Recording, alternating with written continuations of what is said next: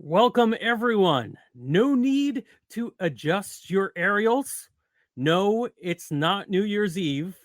Yes, you are here for the 100th episode of the only podcast dedicated to the Honeymooners. As far as we're concerned, we didn't really look into it too much. I'm Frank. I'm the producer of this show and many others. This is probably my favorite, as long as you don't record this and show it to anybody else. I'm really excited about this. 100 episodes. I know we haven't been putting out a lot of episodes recently, but I hope this will mark a change. Or else maybe Joe and Louie will quit. Either way, I'm fine with it, and I'm sure all of you are as well. And I can't wait to put you on the air. Just a couple of things to point out. We're on YouTube, Facebook, and Twitch right now. Twitch is like antenna TV for millennials. Your comments can be put on screen during the show. So if you have anything you want to share, please do. This is going to be a very interactive episode of the Honeymooners podcast. So I'm going to let you, yep, exactly, just like this. Those of you who are on Facebook might have to hit a permissions button, but Facebook will probably tell you what you need to do. Anyways, you're not here to look at me and my disco ice cube with toys behind me. You're here to talk to two grown men who want to talk about the greatest sitcom of all time. All right. Without further ado, there was a little bit of ado, but without further ado, we're going to throw it to your favorites and mine, the Honeymooners podcast. 100. 100. 100. 100. 100. 100. It's 100. It's 100. That's right. 100. 100. 100. All 100. I've been through them all 100 times. 100 times. All 100. 100. 100. 100. 100. It's 100. You got 100. You got 100. 100. 100. 100. It's 100. That's right. And there's more where that came from. Testing. Hot outbound count. 1, 2, 3, 4. Are you ready? I'm all ready. You on here?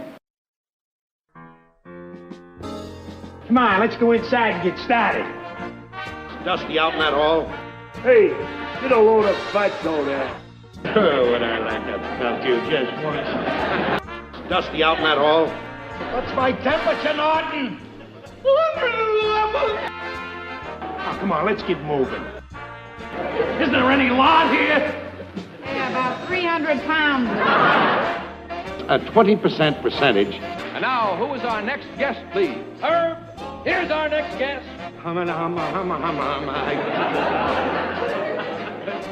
Ed Norton.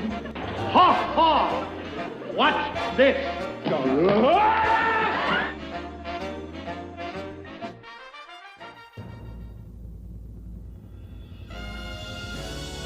The Honeymooners podcast, the only podcast that is all about the greatest show of all time, with the stars, Joe Conti and Louie Fatts. If they ever institute a Nut of the Month Club, I've got a very good idea who's going to be January and February. It's coming through again. Are you Am ready? I coming through out there? It's coming through out there. What's happening, all you Hurricanes, Bensonhurst Bombers, and all you full-grown nuts of the world? You're listening to the Honeymooners podcast with me, Joe Conti, and my pal Louie Fatts. You know, I've taken pictures of big shots, movie stars, kings. I never run into a ham like this one. You play homage to Charlie. The only podcast all about the greatest show of all time. We record in the Non-Productive Studios at 328 Chauncey Street in Bensonhurst, Brooklyn, also known as Clifton, New Jersey. Subscribe to the show wherever you get your podcasts. And if you're on iTunes, give us a 5-star rating and leave a positive review. The home base is non-productive.com/honeymooners. And also like our Honeymooners podcast Facebook page. Follow us on Twitter and support us through Patreon. And if you want to leave a voicemail, call 240-442-2635. Email us at honeymoonerspodcast at what is it at? I think it's at AOL. Yeah. I think. Yeah. Aren't they ancient? Yes, we Yes, are. we are very ancient. ancient, And what's going on, Lou? Joe. 100. 100. Could I Yeah. say? 100. I got to tell you, man, 100. We listen. We are so comfortable doing this show. Yeah. Except when we have to do this. It's nerve-wracking because we got to rely on technology and we have to rely on and now we're gonna we want this to be kind of a celebration of what you guys have done for us. Yeah. We want to hang out with you guys. We got the chat room. We got people that want to just kind of chime in, and we really want to just do this because we appreciate you guys. Yes. And it's just fun. Yeah. Like, we have so much fun watching you guys when you comment on Facebook. I love the Facebook comments. The They're Facebook so pertinent to what you like. Joe, if you put a picture up or something, or you're talking about our, last episode, the comments are just they're great. I like to tell Joe, I was like, yo, Joe, I wish I thought of some of these. Yeah. They're so good. They're so good. Absolutely. And the fact that we just think you guys are absolutely hilarious. Yes. And we get so much stuff from you guys. We get so much material, and we get to bounce off of what you guys do, whether it's voicemails, emails, Yep. or text messages for a few of you lunatics that got my number because I gave it to we you. only got 21 listeners and they all participate, so it's like really good. Yeah, there's already like 24 guys in there, and this is, it's just absolutely fantastic. So I just want to tell you something. Joe's on the board. I'm not, so I can't see anything. So if Joe repeats things and always repeats himself, like Joe Fensterblock.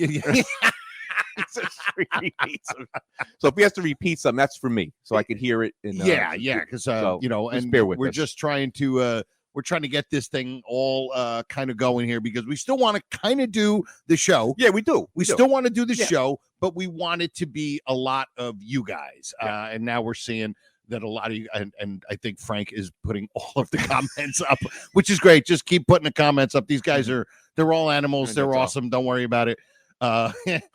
Just hello out there in TV land from Kevin. Just Richie DeMole, Ira, Howard, Pete, Ira again. Really? I'm shocked. The usual suspects, and that's what makes it great. That's what makes it great. People have been, a lot of them been here from day one, like Ira, Kevin, day one. Yeah, day one. Absolutely. And also, I have to put this, since it is a Tuesday night at 8:00, I'm going to put this on Lou because it was about trying to get our schedules along with Frank. And I'm going to apologize. Sorry, not sorry that it's during the Yankees. I'm not sorry at all. Louis, not sorry at all. She's listening to this and watching this. You could absolutely, especially the beginning of the game. I mean, they're playing the Guardians, the Indians. I mean, it's going to be a joke. I mean, it's not even going to be a problem. And JP, it's a repeat. Ron, this is my last record. Better get it right. I'm missing Captain Video for this by Richie. John Espo, I recognize the aroma. I mean, these guys are just absolutely they're the best. I And it's funny is that that's Joe and Louie. We become friends with some of the. I mean, and granted, some of these guys they live all over the country, but I talk to Bibbs, I talk to Espo. These guys are just. They almost feel like they're friends. Yeah, it's like it's a comfortable thing. Like I don't know. I can't explain. You know what it is too. Like when we talk with these guys on Facebook, it's like when you hang out with your friends, whether it's me or anybody else that's a honeymooner lunatic, a DEFCON 3 or whatever, except it's like a whole community of loons that we like. It's like we're looking into a mirror. Actually, when you're with your friends, sometimes it's maybe this like one guy that really knows it and it's not the whole group. Exactly. But this is like sitting down and going out with the whole group that knows just as much or even more than you know. And it's and there's no competition with each other. No, but we don't care. None of that. No. It's more like, really, you noticed that? That's fantastic. Thank you. We're using it for the show. I mean, Joe is very humble. We're very humble. We have no self-esteem. So it's like we welcome. We're very humble. We have no self-esteem. Oh, man. It's little old me out in the internet with all these other raccoons. Velma music. I mean, Alan, Wizard, Vincent D. Scala. I wanted to mention Vincent. Okay. He's always doing stuff. He's always sending me messages. And we just wanted to say, how you doing, Vincent? We never got to, I wanted to give a shout out to Vincent. Good. He had asked me once a while ago. Yeah. And another good guy, Mark, play some Swanee River. Already these lunatics are starting. I don't know how we're going to do a show. No, well, we're going to do honestly don't know. We'll do one. But I guess, should we just mention the our wonderful sponsor? Sure. And I'm going to see if I can get to some of the things here because they're kind of being covered. Yeah, that's right. You got the screen here. Yeah, so it's a little bit tough to get to some of the sound bites, right? Yeah, it's some of the sound bites, but that's the best part of the commercial. I know it really is. But you know what? It's Silk City Hot Sauce. Yeah. Go to silkcityhotsauce.com.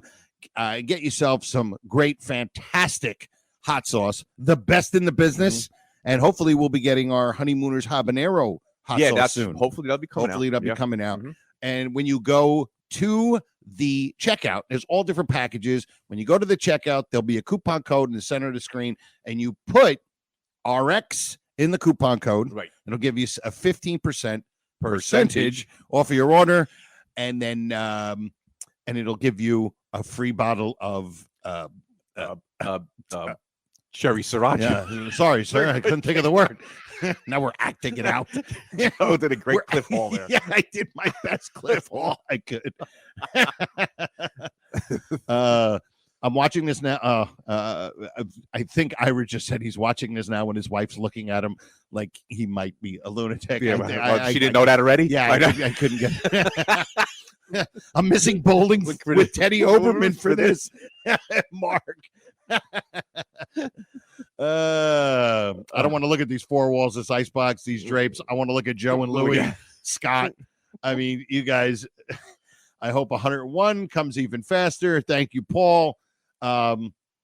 It's I'm actually enjoying. I could just sit there and read this for the whole episode because that's how much we talk about this all the time before the show. And we mention it sometimes. Not just saying that because it's no. God's honest truth. We talk about it all the time. We will admit there are some people on some of the Honeymooners groups. Yes. Where and some people that come on ours and they're not, and we'll put something up and they'll just and look, it's a picture of Ralph in the middle of something and they'll tell you what line is and it's adorable. Right. It's fine. It shows that you know the lines, but these guys, they're absolutely hilarious and tremendous. And we how could it hurt you, pal? It's a podcast. Scott Tepperman. Already JP is standing on the street corner to see if anybody recognizes him. You better keep looking, pal. All right. Although me and Louie will recognize you. We know we actually met you. Yeah, we've hung out with JP. So well, you know what? There's so many things that we want to do, and we know we're not going to get to a lot of them. Okay. But what we want to do is kind of go into what we were doing before. All right. Episode 99, our full grown nut was Alan Crite. We mispronounced his name. Sorry, we Alan. Were calling him Crete, but it rhymes with right. And Alan Crite. And so Alan, after he became full grown nut of the week, he sent us a thing and he said, "Wow, thank you so much. Am I worthy of such an honor? Can't wait to die so I can be buried in Bismarck." Well, you always wanted to go out west. However, you nuts mispronounced my name. It rhymes with right. Seriously, though, thank you. I really enjoy the podcast, and you guys are fantastic. So thank you, Alan. Thank you. And you. Velma Music. Tell Lou to get a cheaper mic with a smaller mic cover. I'm wondering, you know what? Somebody answer this. Can you guys see the other, your other comments? And if Frank is listening, I wonder if they can see it, if there's a way for them to see the other comments. because I mean, I just want to just show all of them, you know. The problem is you got to, you know, they once I click them on, and then when I click the next one, the other one goes off, Right. you know. Like the clicking on the phone. Yeah, the clicking of the phone. Yes. Oh, so maybe they can see it. I think Scott said yes, that they can. Okay, All right, good. that's good. Good. Well, you know what then? Maybe let me see if I can do this without all right, you know what? I think I can do this. We can do a segment that we want to do, and that is this.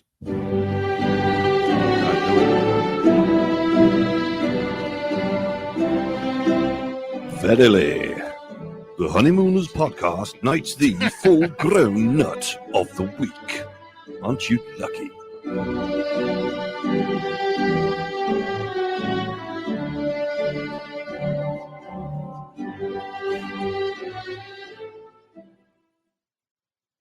Is this the man who gets the award? That ain't it. It gives me real pleasure to present to you this award.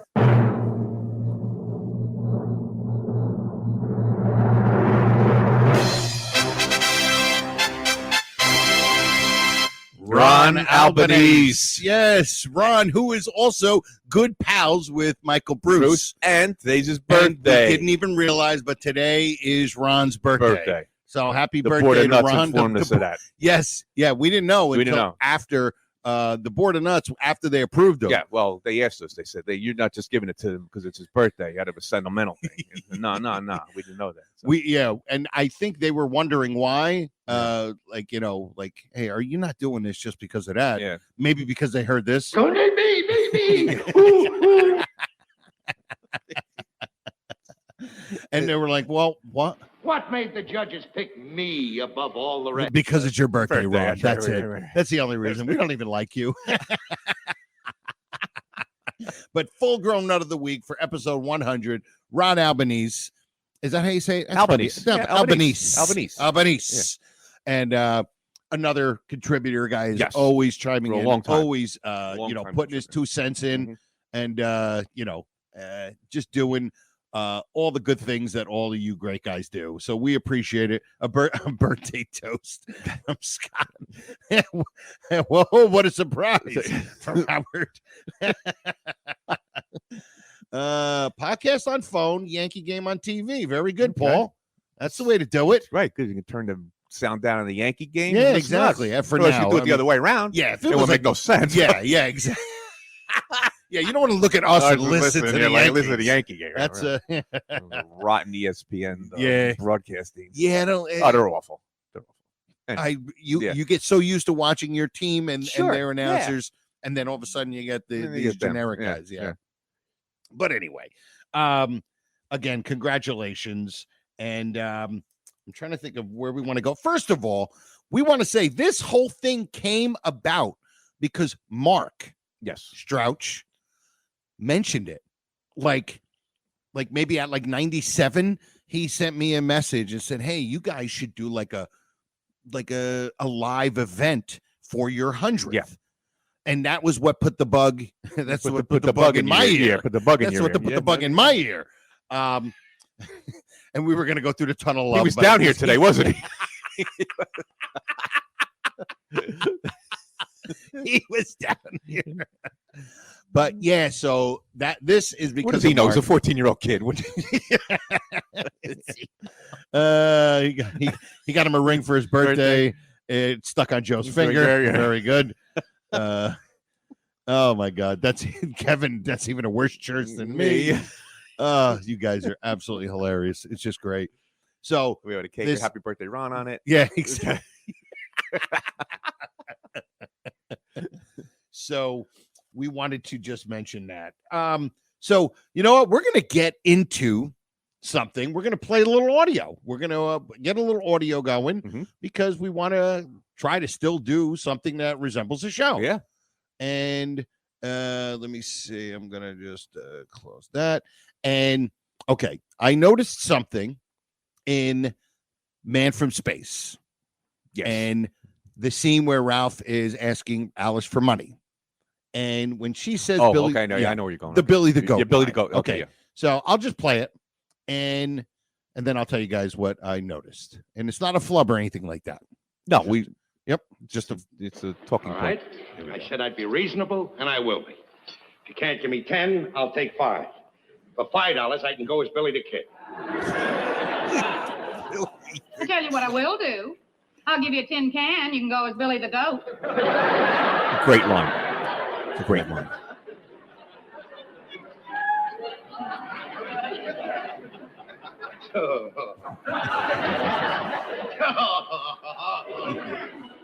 Bang, zoom.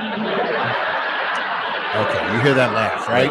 Now we all know the Bang Zoom is very it's like more of the I don't want to say overrated, but it's the thing that everybody knows. Yeah, like your DEFCON ones. Yeah, You're like, oh yeah, exactly. I got that Bang Zoom. Right, the Yeah, Bang Zoom to the Bang Zoom to the moon, Alex. You know how many times after I do a show, when I mention I do the Honeymooners, they come to me and they're like, I love that show, Bang Zoom to the moon. Yeah, okay. Yeah, you don't really like the show. But anyway, but here's the thing I notice about that. When she says Billy the Goat, there's great laughter. Good laughter, and deservedly so. Deservedly so. It's great a line. great joke. But there is such a pause. Mm-hmm. It's this long, it's this almost just a very almost exaggerated pause from Gleason. Yeah. And the facial expression is hilarious. And then, so when he goes to, it gets such a hard laugh. It's like a continued laughter right throughout that. Yeah. Yeah. It's and I'll play it again. Laugh. I'll definitely play it again. But the thing is, I believe that it's because of that long pause. It's awkward. Yeah. It's that awkward comedy where she gets him good and he stares at her. Right. And it's that long time. It's like 7 or 8 seconds of him just staring at her. And then, because it's like that uncomfortable moment, two people just playing chicken with each other, basically. Who's going to break first? Right. And then, and then that's why I think it gets such a big laugh. Now, go ahead. No, You want to bring? Oh it? yeah, we want Go to bring ahead. up something. Well, because this is maybe. This is a maybe now. Maybe. Not must be. Maybe. We don't know if we've heard in the past, and we don't know what's true and what's not true. That when Gleason did the Bang Zoom thing, it was a cover for him forgetting a line.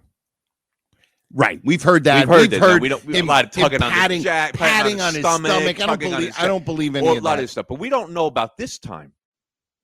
Right.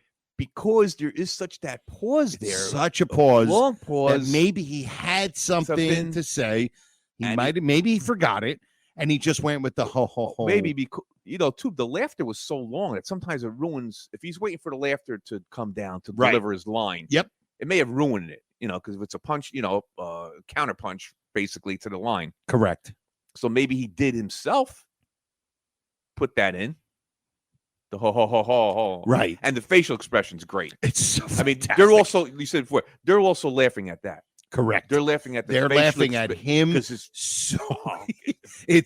so angry and he's so frustrated and he's just not his eyes don't even move. Yeah.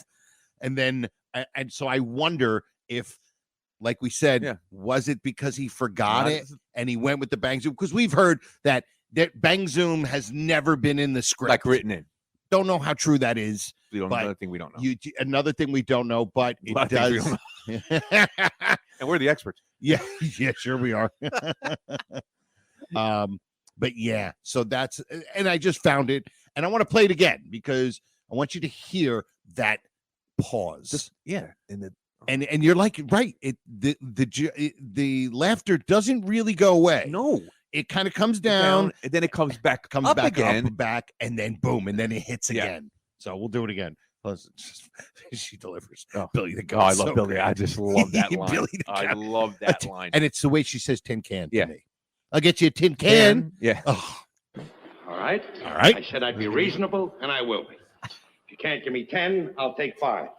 For $5, I can go as Billy the Kid.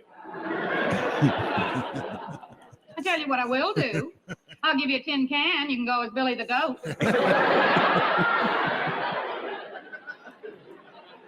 See? Yeah, still going.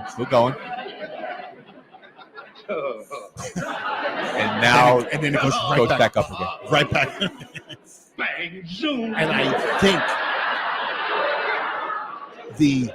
the prelude to Bang Zoom is what makes it even funnier. Yeah. It's that because he's got his fist out. Yeah. Kind of the gag of I would Yeah. and it just makes it that much funnier. That's sustained laughter. That's a live audience. Can you laughter. imagine? I can't even. It's crazy. Because seconds seem like minutes when you're talking to things like this. Yeah. And that's just sustained. Like It just go and people look. are really We're finding this funny. we're actually saying something that is so known because that's how great it was. Yeah. That's how great it was. This joke and everything kept going. I mean, these people weren't drunk in the audience. Yeah. You know what I mean? Yeah. It wasn't at a 50 degrees like and I'm not making fun of Letterman. Letterman used to keep his room cold it was always at like 50 degrees to keep them peppy. Okay. If it gets warm, they get comfortable, and then you won't get as much reaction from them. Yeah, none of that. No. It was just absolute perfection. Yep. JP always felt Gleason was playing to the audience. The build-up was for the live audience. Probably right. Yeah. Yeah. He waited. Joe, you think that like you said, not that the Bang Zooms were infrequent. You think people waited for that? After a while, they just loved that Bang Zoom.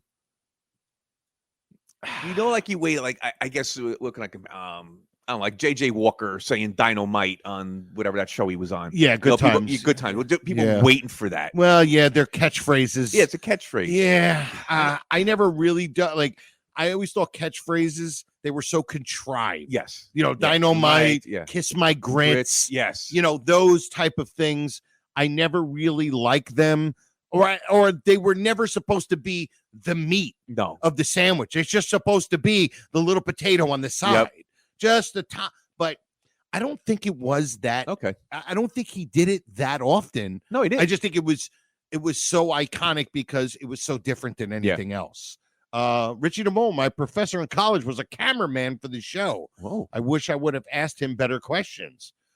Yeah, me too. Yeah. Richie DeMole. Terrible. You've been a major contributor tonight. Really? Yeah. You're contributing zilch, nothing to the show. No, but I just, and like you said, it was a sustained laughter, and it was live, uncomfortable. You've seen those things where something gets funny and then it gets uncomfortable and then it gets funny again. Yeah. And really, all he did was go, Bang Zoom. And some of the Bang Zooms always got laughter. Yeah. But it wasn't huge. No. It was just a good laugh. Yeah. That was perfect. Oh, that was one of the best. Probably one of the best ones. Absolutely. That one, the short one. Bing Zoom. Yes, exactly. Yeah. Oh, the Bang Zoom. The short one's great. That's like the one where he's mumbling it. Yeah. Like he's trying not to. Yeah. One of the best ones for sure. All right. Where are we going to go from here? We are going to try. All right. We're going to go with a bit. We're going to go with a bit. And let me see if I can. I'm sorry. I'm just not used to everything being covered up here. So, and it is. Here we go. Oh, got it. There you go. And now, the Honeymooners podcast presents. It's not in the top hand drawer. The flub of the week. I haven't heard that in a while. So fresh. Yeah, it's really just fresh. All right, this flub of the week, and this is a flub when this came from Titan on Twitter. Okay, yeah, okay, right. And Titan. Oh, yeah, Titan on Twitter. Yeah, is that spoonerism? Yeah, I think that was a that, or spoonerism. you're doing Barbara Walters, one or the other.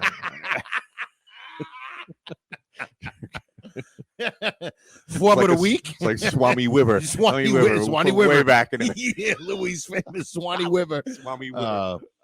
So he mentioned that in this one scene, it was a flub by Carney, and then Carney picked up on it right away. Gleason. And so did Gleason. Yeah. Carney and Gleason both picked up on it right away and tried to get it to straighten it out. Straighten it out. Straighten the ship out there. And it's from on stage, and it was right after Ralph was typing. Yes. And here we go. Boy, like a whiz you go. By the time the members get these letters here, the way you're typing, they'll owe another 3 months' dues. I suppose, wise guy, you can type a little faster than I can. With boxing gloves on. Here, tell me what to write. I'll dictate. All Go right, ahead. wise guy, You sit down. I'll dictate. You type. Do it. Okay. That's it. And so what he says was, he goes, you type and I'll dictate. I'll dictate, you type, where it's no. It's I type, you dictate. So when he said it, he instantly realized that it was a mess up. And even Gleason tried to fix it. Okay, well, I'll dictate. I'll dictate, you type. Yeah. Exactly. So it's definitely a flub. Oh God, yeah. And I mean, it's a minute flub, but I mean, at this point, we've you think like Gleason wasn't supposed to say that. I think he's basically ad-libbing also, correcting Carney on that. Yeah. Like when he goes, the one thing. Yeah. Get out of the way, Fatso. Yeah, I know. Now remember, hello there, Fatso. Yeah, I know. Yeah, get a little Fatso there. Yes. That's totally. That's basically what this is. That like. He's that just parallels that. That parallels that exactly. He's going, I'll dictate, you type. Yeah. Right. Exactly. Hello there. Now remember, hello there. I know. Get a lot of fats on there. I remember that episode. We went through like the 5 different versions of get a lot of fats on there. Just 5 of them. It was just oh my God. Straight up flub. Yep, from Ron, our new don't forget the bread from Paul. I don't even know what that means. Howard, I'm examining the microphone now. Louis. Richie DeMole's waiting for his delivery from Hong Kong Gardens. Wait a minute. Will Ernesto be in to sing a song? Velma Music. I'm going to put that up. You know why? Because we have an interesting little thing here. That's right. From Brother Bibbs. Brother Bibbs did this. By the way, that little intro that I couldn't actually get on the computer, so I had to do it from my phone. Yeah. The one with all the hundreds. Yeah. That was from our pal Brother Bibbs. Brother Bibbs. He made that for us for the 100th episode. And of course, we thank him for it. Yes. But Brother Bibbs sent me something a while ago, maybe a couple weeks ago. Mm-hmm. And it's Ernesto de Quista, right? And when Mrs. Manicotti comes in, and what does she sing? Go ahead, Lou. She sings, Guaramare come bello, si no sono sentimenti. Take me back to Sorrento, 1898. I give up. Ernesto de Quista, I give up. Oh, yeah. And he was the one that mentioned to me, but Louis already knew this. Yeah. It's not Take Me Back to Sorrento. No. What is it, the title of the song is Torna a Sorrento, right? Which means return or to come Sorrento. back right. to Sorrento. Right. Not take me back to back to Sorrento. Which I mean, the take me part is okay. Yeah, but it's return to Sorrento. Return. Yeah, it means return or come. Those words mean several things. Right. Yeah, and probably in Italian they probably said it in a certain way, so it sounds better in a song. Yeah. You know what I mean? Translated to English, it probably doesn't sound as smooth. Yeah. But yeah. So yep. And it's also by Ernesto de Curtis. Oh, that's the other thing. De Quista. I looked that up. Why is it? I don't know. Sometimes you would get like, is de Curtis the anglicized de Quista? I don't know. I don't know. I looked up both, and I'm coming up with de Curtis. De Curtis. This is for Bibbs to do. I mean, you know me when it comes to stuff like this. I got very limited. Yeah. Oh, and another thing I want Bibbs to do. Okay. Look up Bazzy Simon. I can't find him anywhere. Louis is losing his mind. He cannot find Bazzy Simon. And we all know Bazzy Simon, right. 1928. 28, yeah. 1927. Bazzy Simon, 1927, cannot find Bazzy Simon. And you've tried every spelling, everything. Can't do it. Can't find it. So that's a thing for Bibbs. Bibbs will get on that. I think know, so. And he'll come up with something. Yeah, he'll get come up with a few. JP, I'm setting my watch to Richie's dinner order because he's ordering Chinese. Ron Albanese said someone has to make a list of all the variations of the Fatso line. I think we did an episode. We did an episode where we did it, and it was like four. It's like four of them in one episode. Yeah, it was like four or something like that. And then Scott Tepperman, all I know is 35% belongs to the stockholders. Richie DeMol, can you mamba during the show? No, we're not mamboing during the show. Ron Albanese. Hold on. Ron, here he is. Ron, thank you. Whoa, I had no idea. Very cool, guys. I literally stepped away for my birthday cake and came back to find out I am the full-grown nut of the week. Wow, I'm honored. Well, since you stepped away, we're going to take it away from you. You are no longer. We're going to give it to Alan Kreit again. He's going to be a full-grown nut of the week for the second time. Yeah, that's what you get for stepping away. How dare you step away? I quit. I've been seeing a lot of pictures of Thelma around. And I got to tell you, somebody put a picture of Thelma when she must have been 19 or 20, and she was very pretty.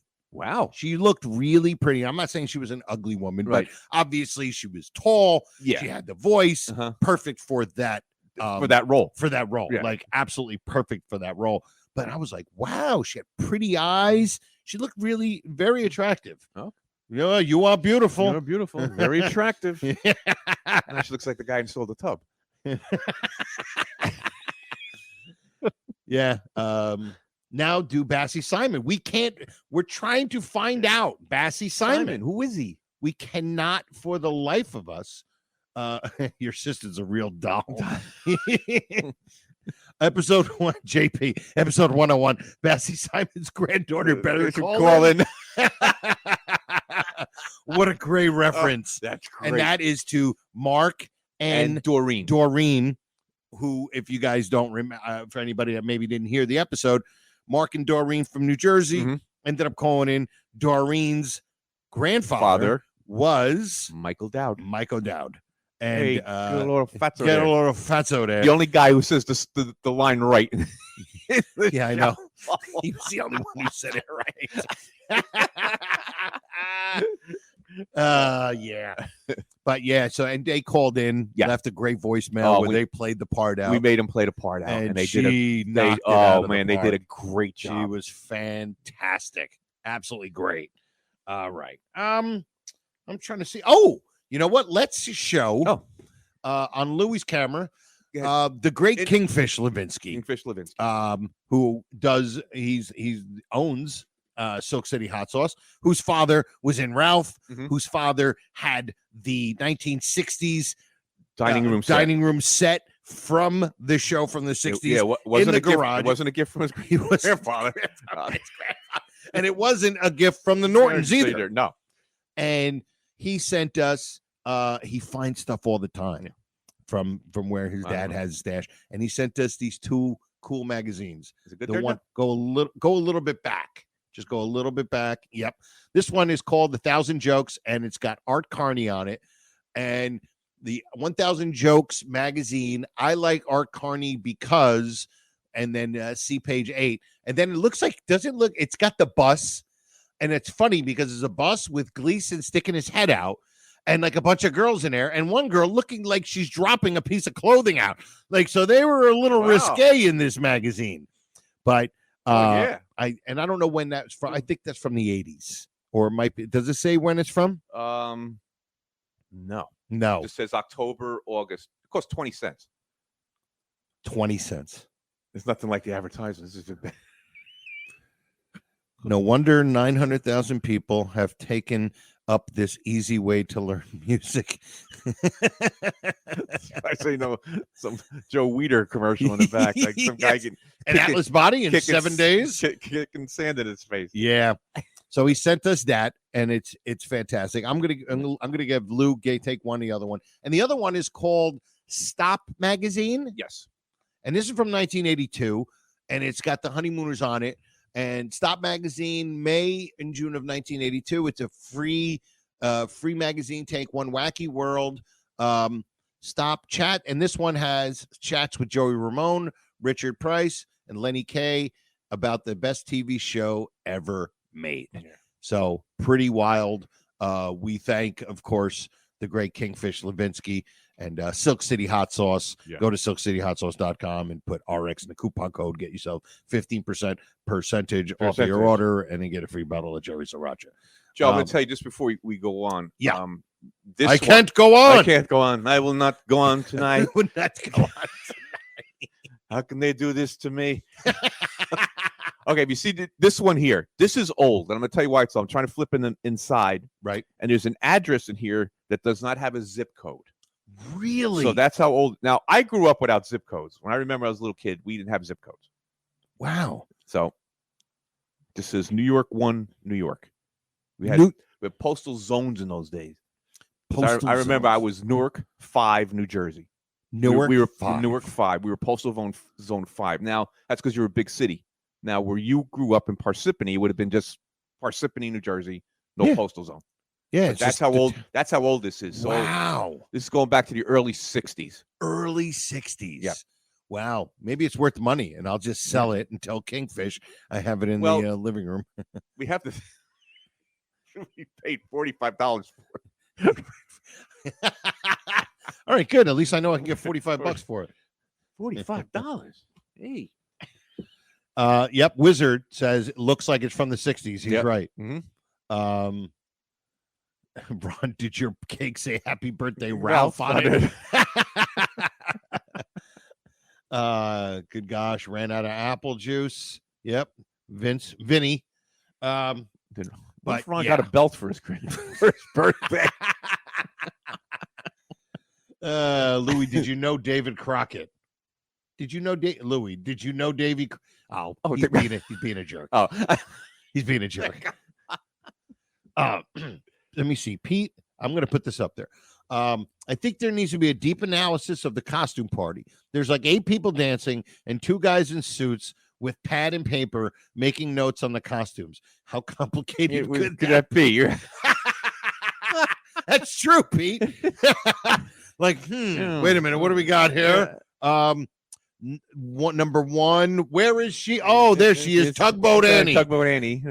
And was Tugboat Annie? I don't know who Tugboat Annie was. Is that the girl that had the mop? I guess the girl with the mop. The girl with the mop, which was actually Helen Wiedemeyer. Helen Wiedemeyer. Yes, exactly. Yep. And we used to do that bit with people recurring in different roles. With different roles. Yeah. Yep. And she was Helen Wiedemeyer. No.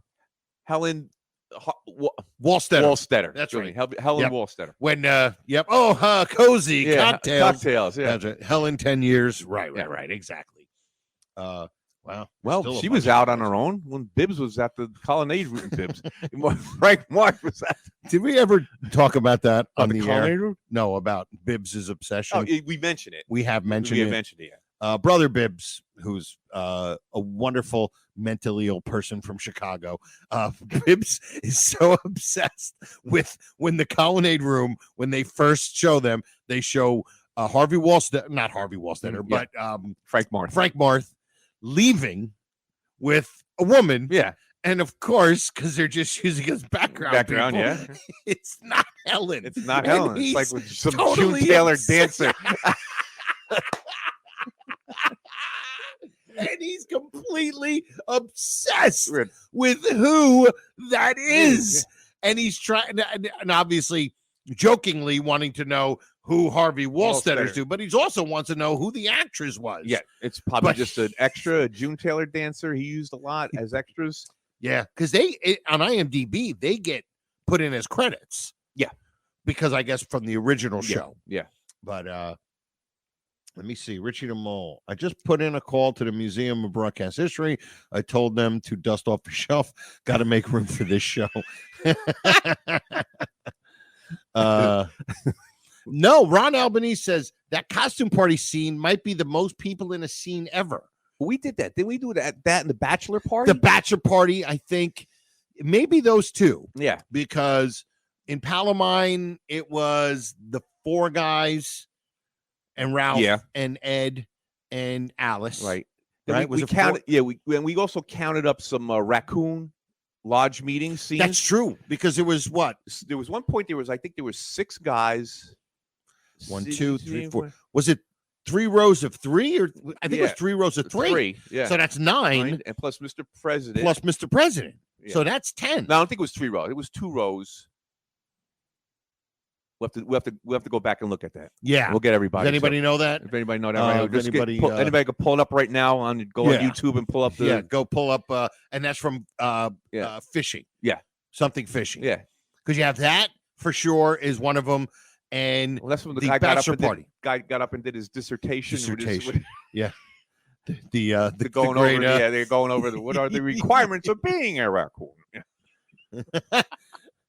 Ira, look, don't deny it.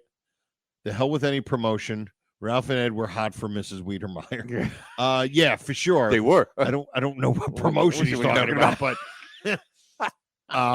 oh yeah, the promotion. Of course. Yeah, he's talking about getting on Bert's good side. Right. Yeah. The hell with any promotion. Ralph and Ed were hot for Mrs. Wiedermeyer. But yeah, so it's got to be bachelor party. Yeah, is one. Mm-hmm. I guess gone fishing. Gone fishing. That scene. Something fishy. Right. And costume party. That might be the top 3. The raccoon, the committee, the what do they call it? The executive committee. Didn't they say there's 7? Right. So that must have been the meeting of the executive committee. So there's probably 7 people there. Wait a minute, that's another one. That's the final, the deciding vote. That's another. All right, so that would be the executive committee. So there's 7 members of the executive committee. So there's 7 on stage there. I still think it's the bachelor party. I'm going to go with the bachelor party and the costume party. The costume party. I think you're probably right. Joe Nolan, thank you. Congratulations on 100 episodes. You guys are awesome. Thanks, pal. We appreciate that. Thank you, Joe. That is very cool. Pete makes a great point about the costume party from Ira. He's right. But that might be a good thing to kind of, we can figure out the top 3. Yeah. And if you go with the top 5, we already know it's got to be, like we said, costume party, bachelor party, and then the two meetings. The 2 meetings. 2 meetings, yeah. Exactly. Because I don't think any other ones come close. That's it. No. That would be it. So it's I believe it's between how many guys from the sewer were at Norton's party? It was 20. Because we had 19 chairs. 19 chairs. Oh, Eugene McGrath, a friendly raccoon. Hello, woo woo. Oh, thank you. And a woo woo to you too. Oh, wait a minute, Ron. Honorable mention when Ralph is stuck in the pipes. Oh, when they come down at the end. Now we got Norton. You got Norton. Mrs. Manicotti. Ralph. And you got the guy in the police officer who we think is Dick Burney. We think it's Dick Burney, yeah. Right? Hazmat. And a regular fireman. That's 6. That's 6. Okay. That's on right. Not as many, but more than you think. Yeah. You're right, Ron. And what's his name another guy comes walking in that scene. He looks like Mr. Manicotti, but he's not. But it's not Mr. Manicotti. He looked like him, remember, because he had that typical white shirt. And yep. So maybe it was 7. Could have been 7 in that scene too. Yeah. Yep. It's let me see. Yep. But more than you think. Correct. Yeah. What Ron's everybody's that is a good point. That's a good observation. It's a very good observation. We count 7. There are 7. 7. 4 guys come running. The 3 are there with Mrs. Manicotti, Ed, and Ralph, and then 4 come running. 4 come barreling in, right? Yeah. Oh, Mr. Help. I love when she does that. Oh, she's so awesome. Oh, she's so. Oh, wait a minute. Hold on a second. Mark. The Mambo scene had several people also. Yeah. There's. Well, I don't like to brag. Yeah. Shut up, Ron. Mambo scene. Carlos. I think there's 6. There's 5 ladies. Alice. Obviously, Alice. Wait a minute. There's the 2 at the end. Two at the end who can't dance. Can't dance. Then it was Mrs. Manicotti. That's right. Miss Manicotti. Alice and Trixie. That's 5. And Carlos. And then Ralph comes in. Is 7. Wow, we got a lot of 7s. We got a lot of 7s. That is interesting. Oh, and hold on a second. Fake Manicotti. Ron says fake Manicotti. Howie Wiener. Wait a minute. Howie Wiener. Okay, Howie. Mayor's office. Oh, yeah. Now, mayor's office. Dude, that's right, because there's 4. There's 4 of them. Judge Hurdle. That's 5. The exec, they call him in the IMDb, they call him city administrator. That's right. the guy. Accident. That's the accident guy. Mr. Peck. That so that's what? So it's 4, 5, 6. Frank Mark and Charlie. So that's 8. Whoa, that's 8 there. And Helen didn't even make it in there. Helen, he left Helen in the car. He left Helen in the car. We did that. We did Stay an in episode, the car, right? Helen. Stay in the car. Helen. Look for my reading glasses. Kevin says, "What about when they come down to look at the ring?" But that was 4. Was it 4 guys? Oh, we got Alice and Ralph. Ralph. We have Ed.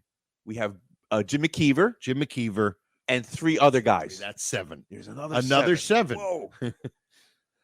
Yeah. Maybe they were on the contract. You can't have 7 guys on stage because you're like, Gleason, I'm not paying you. Yeah, I'm not paying you for 7 guys on only stage. 7, that's it. Okay. JP. $99,000 answer had a live studio audience. And Jose, you're stupid. But yeah, that's interesting. Right, so you it's got a lot of 8, 7s. 7. And what did we count for the costume party? Oh, I got to see it. That one. Does anybody know the costume party? How many people were in that? Because don't forget, you add Ed at running the end. You got Ralph, obviously, Trixie, and right. Ed, Ralph, Trixie, and Alice. The 2 guys, then the suits. 2. Yep, 6. Mr. President and Jim McKeever. Exactly. So that's 6. And then you got then you had guy that was you had Charlie. Charlie. Yeah. With the golfer. Mm-hmm. The tugboat Annie with the thing. The one guy with the he's dressed as the one guy's dressed as the Julius Caesar guy. Right. Then it was the tall guy who's like a hillbilly. He's dressed like a hillbilly. Well, he's dancing with what's her name? He's dancing with because she had the mop in the thing. Yeah. So, dude, right now that's 10. Wow. Okay. So that's could be 10. And if we're counting it right. So, and yeah, several lost episodes. Scott Tepperman, several lost episode had more on-screen people. Right. Yeah, for sure. Yeah. But yeah, this might be a good thing for us to do at some point where we'll do like the top. Mm-hmm. But that one, we're doing a right minimum now. of 10. We're doing it right now. Yeah, exactly. If somebody could just go on to the bachelor party scene right now. Yeah, home, somebody could go to the bachelor party scene and check that out for us. All right. But wait a minute. What about the reading of the will? Well, we got you got Mary the 2 workers, the butler and the maid. Yep. You got Ed and Ralph, obviously. Ed and Ralph, Mr. Carson, and the nephew. And if you want to count Fortune as 7. Fortune is 7. How long is this going to go on? I got a lodge meeting tonight, Richie DeMol. Yeah, Vinny. Yeah, that was a small box that had Norton's costume. Right? Yeah, we did a whole thing. That was one of my top 5 Louis observations when he noticed that whole costume with the hat and the shoes was in that one box. All right, so let me see. I am gonna go. I gotta go with. I got to go with Ira. I just got to go with one of Ira's famous emails that I haven't read yet. Okay. Ira, full-grown nut. Number 1 of the week. Our number 1 full-grown nut of the week. Let me just see. That was a small box. And the guy who had the rotten barber. La Plume. It's funny seeing some of these things. Like just La Plume. Just seeing that in text just makes me laugh. Okay. This is an email from Ira. And hysterical when you think about it, but not discussed yet. Ralph's checkered jacket in funny money. Like he could afford the finest, most expensive, wonderfully tailored Brooks Brothers suits, but he chooses this monstrosity. It's a great example of how money alone doesn't give you class or good taste. Of course, there are other examples of that in this episode, but the jacket gets me every time. And what you were saying. Right. Now, if you think of this with the jacket, I agree with Ira, but that's the whole thing. This is Gleason just going, this is Ralph Crandon going overboard, thinking that this is how rich people dress. Correct. And that's how it always goes over. Makes... It's like always when a poor person turns rich, they really don't know how to be rich. Right. And right. Because they've been poor. And, yeah, they always end up, and, and they're rich for about 3 days. And then they're poor again, which they're kind better of Ralph off. Was anyway. Yeah. So here's the thing. Funny Money is episode number 2. Correct. Okay. The Golfer is episode number 3. Another crazy outfit. Now, remember now, you got episode 1, 2. Episode 1, nothing happened. That was the TV, right? Correct. So nothing happened. It was just the 4 of them in the room, and that was it. This is coming out of the Jackie Gleason show. They're coming into this now, just doing this. Okay. So now in the Jackie Gleason show, it was done a lot of bits, skits, bunch of different characters. And that's what he did. He did a lot of pantomiming. Red Skelton used to call them the silent spots, and that's what they did. So now, in those shows, he was always like overdressed. It's the part of that clown comedy. Right. And I think it carried over in the beginning of the 39. Correct. Because you only see it in 2 and 3, and then until he gets to the sort of all us cats wear. Yeah, with Young at Heart. Young at Heart. So and then it comes back in Young Heart. But that's, I think, why the crazy outfits. I agree. In 2 out of the first 3 episodes, crazy outfits. Yep. Absolutely. And Richie DeMole, this would be better if you two were handcuffed together. Boom. Ding Dong Daddy from Doomis. Absolutely. But yeah, I agree. Look, some of the more iconic moments, or at least visual iconic moments, were, of course, Ralph. Yeah. The jacket. Mm-hmm. The crazy golf costume. The dance thing. Man from Space. Yeah. Another one. Those 4, I think, are probably the top 4. Right. Mm-hmm. I'm kind of not thinking of other ones. See, because Joe, he enters the stage. Yes. He's in the other room. You get the build up. So you get the build up. Even with the Man from Space. Yeah. Come on. I'm coming. All right. I'm ready. Yeah, I'm ready. And he comes out. He comes in and everybody laughs. Yep. And absolutely. And then the same thing with the golfer. Yep. Calls him out of the room, right? Doesn't Norton call him out of the room? I think so. Okay. Yeah, he wasn't there. He wasn't there. So he wasn't there. Ralph, hey, Ralph. And he comes in with the book. Yeah. And Norton's got the book, right? Norton's got the book, right. And then Ralph comes in to make the entrance in the crazy outfit. Yep. It's just audience is in an uproar because they're losing him, and he just loves that. You know, he just loves that. He struts across the stage with the knickers on, and it shows how much he was willing to do for. Like he was willing, like we've discussed before. The more jokes were thrown at him than anybody else. I think it was Brother Bibbs, of course, said that Ralph's golf costume is the same golf costume in the costume party. The one that Eddie Hanley's wearing. Is the it Playboy really? of the Roaring 20s. Wow, it doesn't. But it's in a smaller version, but it's the same costume. That's in the so weird. I really got to watch. So I got to go back and look. That would be something to see because there's nothing funny about Pete Woodruff. No.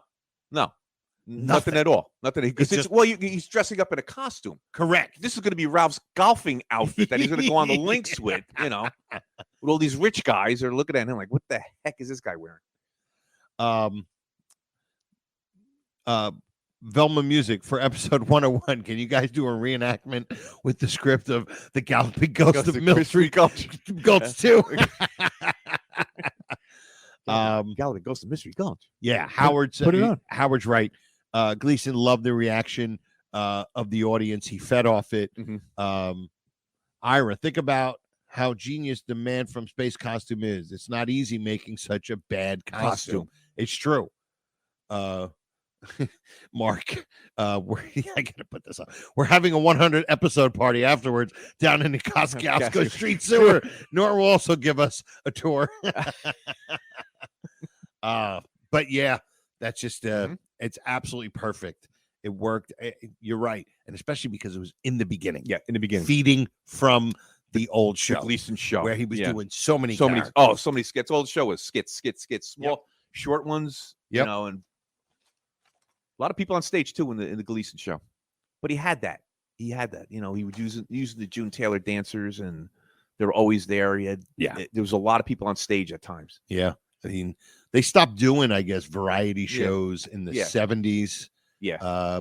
But it I think, and I remember too, Joe, it's like that one room, like you always call it, that play, that stage, that one room, no matter where they are, it's always one room. Yeah. They could walk off, but you've never seen that room that they're walking off to.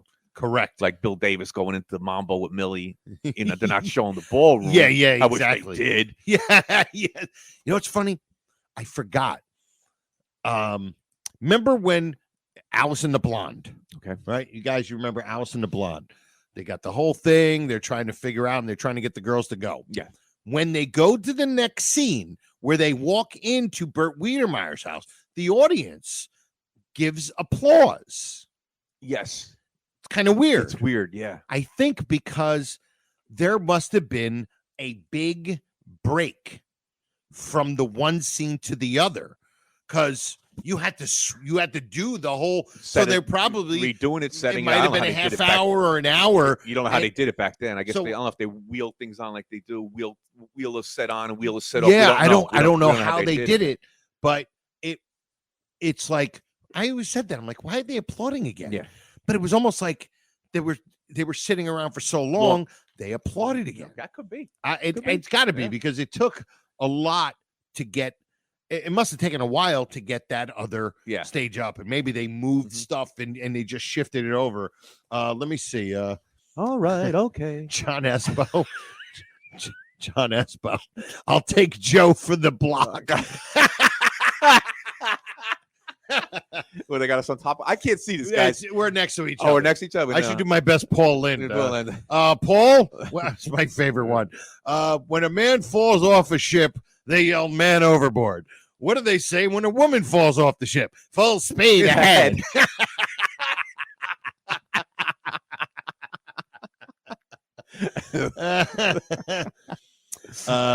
Scott Tepperman. It would be great if Gleason merged two of his most memorable characters, Ralph Cramden and Buford T. Justice. Yeah.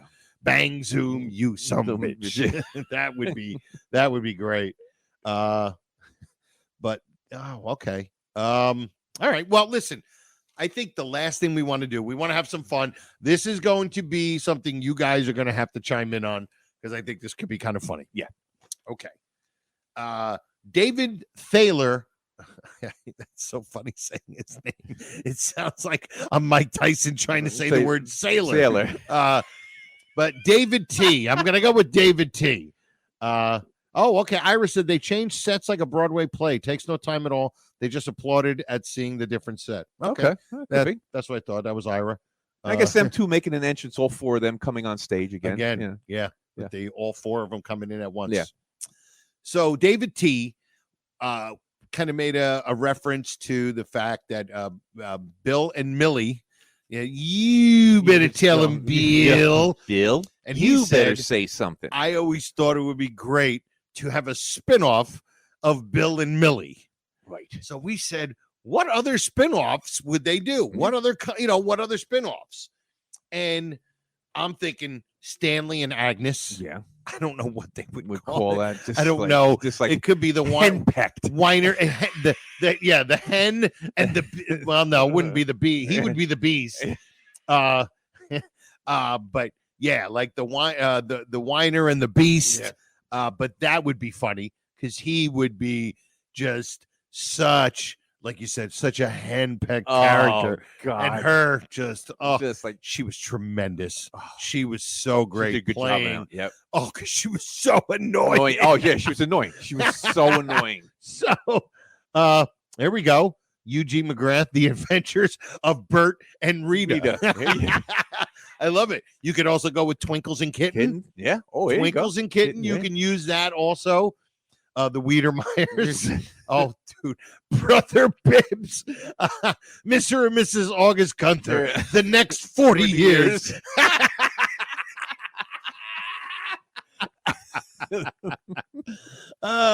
Wizard. Wizard. This is great. The Car Wash with Teddy Oberman. What a great spinoff that would be. Ron Albany, a Mr. Johnson spinoff. Oh God, Slumlord. That would be great. Fantastic. JP, Carlos Sanchez, Mambo, anyone? The Manicotti Bunch. Kevin. Let's see. Thelma might be a good one. Yeah. The Howard Gotham Bus Company Blues. Oh, you ready for this? Yep. Scott Tepperman. I got to put this up. George and Harvey Take Manhattan. And then mine, Joe. What? Mine. Oh, The Real Housewives of Bensonhurst. The reality. Oh, look at this. Joel Borax. I got to put this up. The reality show, The Man with the Oversized Coat and Hat.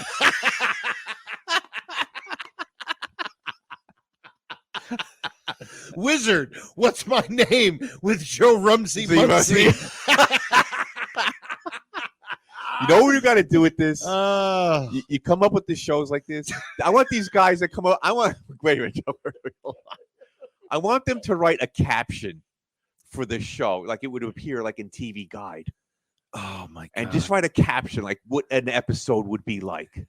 Right. Yeah. Like if you have one, like perfect one, and then send them, you email them to me. Right. And then we'll just read them. We'll just read them. So when you come, all you guys that came up with something, I want a caption for every for one. All those. They're because they're just fantastic. Like for one show, just one episode. Just write a just caption. just a caption. Just a caption. Yeah, like Bob goes to blah blah blah. Yeah, and see what happens. Yeah, like Eugene McGrath, The Dog Shelter, which I like. Yeah. Kevin, Dr. Folsom, MD. A boxing reality show starring Harvey, Angel Cake. Yeah. Oh, wait a minute. The Great British Bake Off, Hong Kong Gardens Edition. JP. Eugene McGrath, Mrs. Manicotti doing a cooking show. Oh, yeah. Love that. Wizard. Dance Party with Carlos Sanchez. Let me see. The Like a This and Like a That show. Vinny. Ready? Mark. Spinoff with Thelma. You know what it's titled? What? Okay. Thelma and Ed. I like that from Ira. Kind of a spinoff, a goof of that. JP, a cop show. Thanks for nothing. You guys are killing it. Oh, God. You got to write captions now. You got to write captions. Yeah, and you're going to have to send them to me. Yep. If you got my email or our email, Honeymooners Podcast at AOL. Aren't they ancient? Aren't they ancient? Oh, this is absolutely fantastic. You guys are killing. I'm just my eyes are wet. Guy Fieri presents for the future. There's more. Merrill Lynch, Pierce, Venner, and Ziggy. Yeah. That's from Scott. That'd be great to be a financial. The captain. MSNBC. The captain. Wait a minute. The captain video story of. It doesn't say Ed Stickball Team. Scott Tepperman, Who Shot the Night Watchman. Mystery movies. Dance Fever starring Mrs. Manicotti. Mark. JP, the World Series of Stickball. I like that. That's good. Already, Richie the Mole. CSI Bensonhurst starring Officer Grogan. Oh, that is absolutely fantastic. Oh, this is so great. Why don't you guys, your best one, do a caption. Do a caption. Email to me, either on Facebook or whatever. And we'll read them. And we'll read them. We'll read them. Fried Tags Frolics. Eugene McGrath. Oh, that's a good one, too. Oh, you guys are absolutely murdering. Absolutely murdering. All right. I think we are coming to the end of this. This has just been so much fun. I can't believe how much fun we're actually the Manicotis on the Jersey Shore. All right, that's enough. I'm going to stop looking. Keep them. And even if you email me more of them, we'll read more of these. The Adventures of a TV Aerial Installer. You guys are killing me. All right. Charlie, photographer of the stars. Oh, this is great. All right, we're gonna finish up the show with what we usually finish up with, and it's Louie's 14th favorite thing to do on the show, and we know what it is.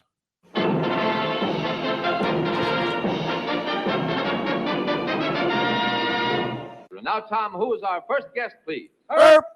Our first guest, ready to leap the first hurdle on his way to the $99,000 answer, is our comedian from Canarsie, Joe Conti. I want to see the expression on your face when you miss it. Oh, my goodness. I put my headphones off. Wow. That went right through me. Okay. Ooh, the only thing that could have been more annoying that was Agnes saying it. Ooh, God. All All right, right. Joe. This is an easy one, but we've got to go back to the colonnade room because I'm obsessed. Of course, we got to go back. I'm to obsessed with the colonnade room. Of course. Okay. What did they all eat?